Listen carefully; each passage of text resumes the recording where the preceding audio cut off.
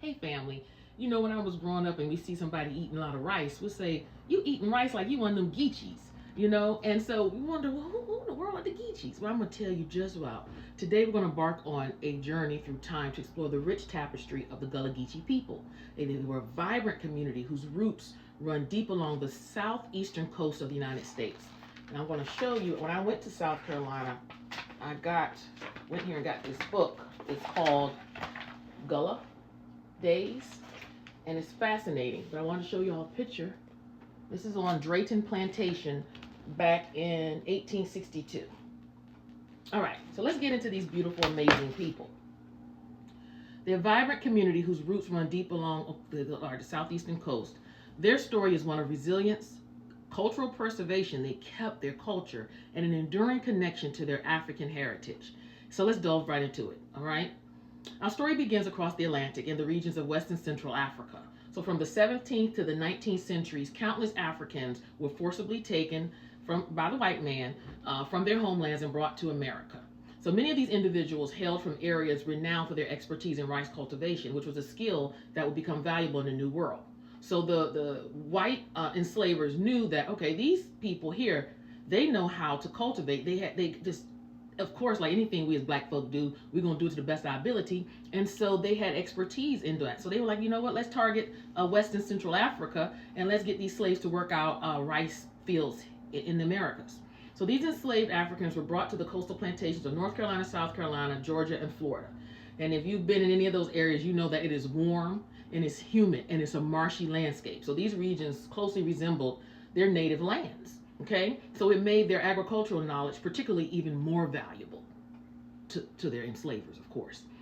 They toiled these plantations cultivating rice, indigo, and seed island cotton crops that became economic staples for the American South. Again, all working under harsh conditions and enslaved, prisoners of war, basically.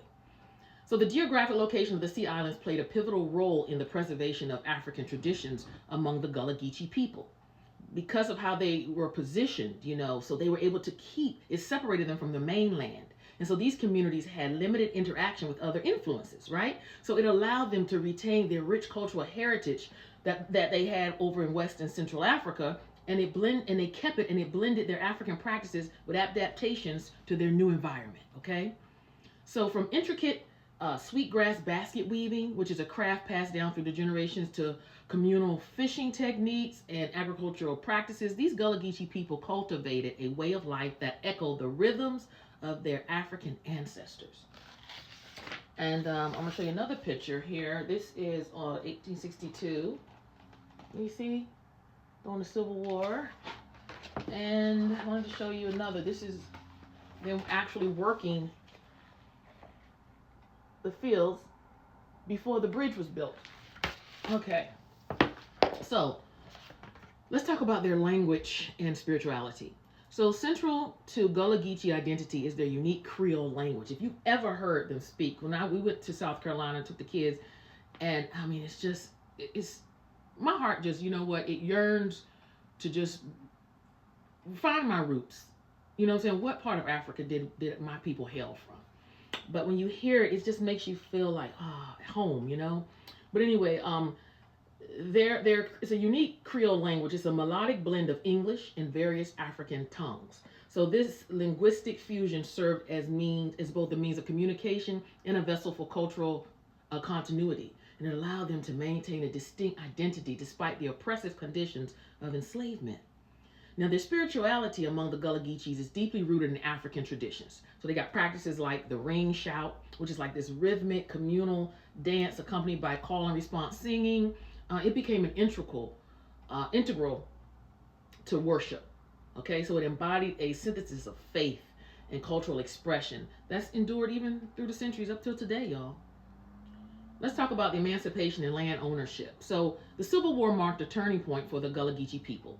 So because as Union forces occupied the Sea Islands in 1861, just like this picture I showed you, where if you look, let me see if I can pull it up for y'all again.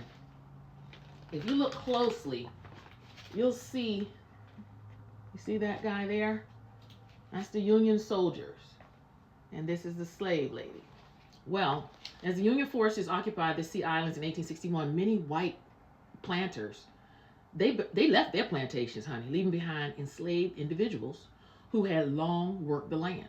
So, what do you do when your owner rolls out? You work that land. What do? You're gonna seize it. So they seized the opportunity, and the Gullah Geechee people asserted their autonomy, managing the plantations and establishing some of the first schools for freed slaves, such as Penn Center on St. Helena Island. So now, after the emancipation, land ownership, became a symbol of freedom and self-determination. So many of the Gullah Geechee families purchased the very land that they once had been enslaved upon. And this created thriving communities, okay? They prioritized education, economic independence, and cultural preservation. But check this out. Today, though, the Gullah Geechee people, they face numerous challenges that threaten their cultural heritage and way of life because of coastal development. If you've gone down to the coast, especially through South Carolina, Hilton Head, you see nothing but what? Resorts. Heck, I even stayed at one time. I was very disappointed, by the way. It was not worth the money. But the beach was amazing. And so because you have all that beach and coastal area, developers want that land. And so what's happening is coastal development, the rising property taxes, and the pressures of tourism have led to land loss and displacement, endangering the preservation of their ancestral lands and traditions. So much of the land is being bought out. So despite these challenges, the Gullah Geechee community remains steadfast in their efforts to preserve their unique culture. Initiatives such as the Gullah Geechee Cultural Heritage Corridor, they've worked tirelessly, you all, to protect and promote this rich cultural legacy and ensuring that the voices of their ancestors continue to resonate for future generations. And if you really get an opportunity, just go there. The cuisine is so good, right? The weather, it's like you're gone to another outside of the United States, but you're in the United States, in my opinion. Let's talk about the culinary traditions. Cuisine offers a flavorful window into Gullah Geechee culture. Dishes like chicken bog. What's chicken bog? It's a savory blend of chicken, rice, and sausage. It almost sounds like a gumbo, right? And they tell stories of resourcefulness and communal bonds. These recipes passed down through generations. They are a testament to the enduring legacy of the African culinary heritage. So what? Music, dance, storytelling, they all remain vital threads to the cultural fabric of the Gullah Geechee people, y'all. These expressions not only entertain, but also serve as powerful tools for preserving history and imparting wisdom and strengthening the community's ties, you all. So the journey of the Gullah Geechee people is a profound testament to the strength of their cultural identity and the power of resilience. By honoring their past and confronting present challenges, they illuminate a path forward. They really do.